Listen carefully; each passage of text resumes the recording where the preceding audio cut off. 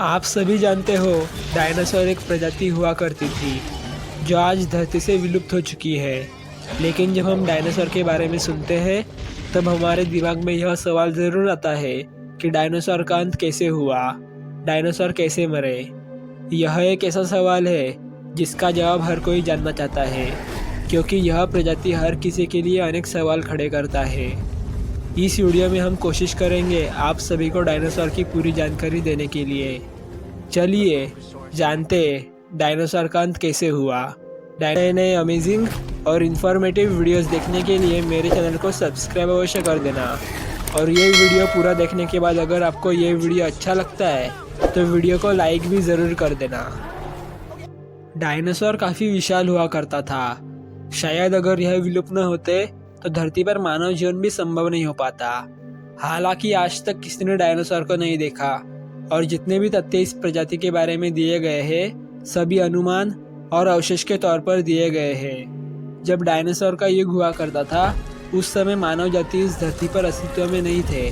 अगर होते भी तो शायद ही कोई इस विशाल जानवर से बच पाता। ऐसे ही बहुत सी बातें अब हम जानने वाले हैं। तो चलिए जानते हैं डायनासोर का अंत कैसे हुआ, डायनासोर कैसे मरे।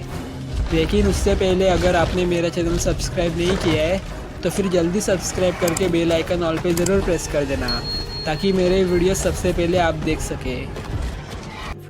डायनासोर का अंत एक बहुत बड़े एस्टेरॉयड के धरती से टकराने से हुआ था।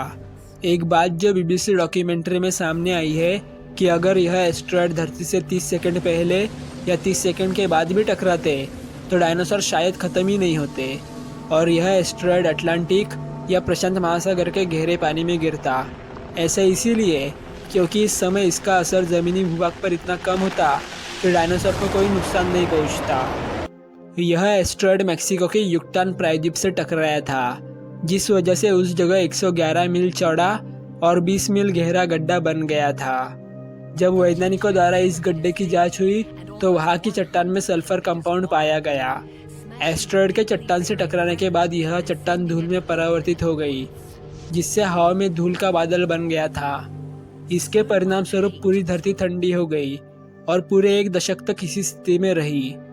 इन सभी कारणों से लगभग उस समय जितने भी जीव थे सभी की मृत्यु हो गई। जिस समय लोगों को इनके विनाश का कारण नहीं मालूम था उस समय ऐसा माना जाता था कि काल के स्वाभाविक प्रवाह में जीवों के स्वरूप बदलते गए या जीव नष्ट होते गए और नई प्रजातियां पैदा होती गई। डायनासोर, जिसका यूनानी भाषा में अर्थ बड़ी छिपकली होता है, यह प्रजाति धरती पर लगभग 16 करोड़ वर्ष तक अस्तित्व में रहे, जिनका विनाश आज से लगभग 6 करोड़ वर्ष पहले हुआ था। डायनासोर भी कई प्रकार के हुआ करते थे।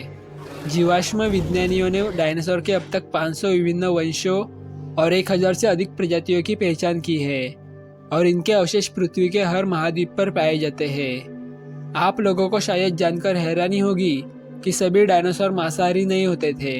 कुछ डायनासोर की प्रजाति शाकाहारी भी मानी जाती है। आपको शायद यह भी जानकर हैरानी होगी कि सभी डायनासोर का आकार विशाल नहीं होता था। कुछ डायनासोर मानव के आकार के तो कुछ मानव से छोटे भी होते थे। चलिए ऐसे ही कुछ रोचक तथ्य डायनासोर के बारे में जानते हैं जो शायद ही किसी को पता हो। डायनासोर इस धरती पर लगभग 16 करोड़ साल तक अस्तित्व में रहे, लेकिन मानव ने अभी तक सिर्फ 25 लाख साल गुजारे हैं। उस हिसाब से यह डायनासोर हम लोगों से 70 गुना ज़्यादा समय धरती पर व्यतीत किए हैं। डायनासोर धरती के हर महाद्वीप पर स्थित थे, यहाँ तक कि अंटार्कटिका में भी उनके अवशेष पाए गए हैं। सभी डायनासोर का आकार विशाल नहीं होता था। कुछ डायनासोर मानव के आकार के तो कुछ मानव से भी छोटे होते थे। कुछ डायनासोर के पूंछ 50 फीट से भी ज़्यादा लंबे होते थे, जो भागते समय उनका संतुलन बनाने में मदद करते थे। किसी को नहीं पता था एक डायनासोर का जीवन काल कितना होता था, लेकिन कुछ वैज्ञानिकों के हिसाब से यह लगभग 200 साल तक जीवित रहते थे।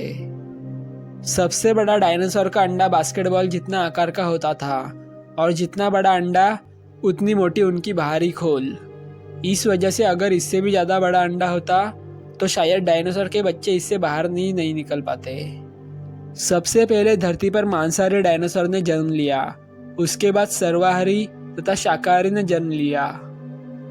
ज्यादातर डायनासोर शाकाहारी होते थे। शाकाहारी डायनासोर अपनी सुरक्षा के लिए एक साथ झुंड में रहना अधिक पसंद करते थे। ज्यादातर मांसाहारी डायनासोर अपने 2 पैरों पर भागते थे। इससे उन्हें भागने में आसानी होती थी और अपने दोनों हाथों से शिकार भी कर लेते। लेकिन ज़्यादातर शाकाहारी डायनासोर अपने चारों पैरों का इस्तेमाल करते। इससे उनका भारी शरीर संतुलित रहता था। एक नवजात मानव बच्चे का दिमाग ज़्यादातर वयस्क डायनासोर से बड़ा होता है। डायनासोर अक्सर चट्टान भी निगल लेते। यह चट्टान उनके पेट में भोजन को पीसने में मदद करते थे।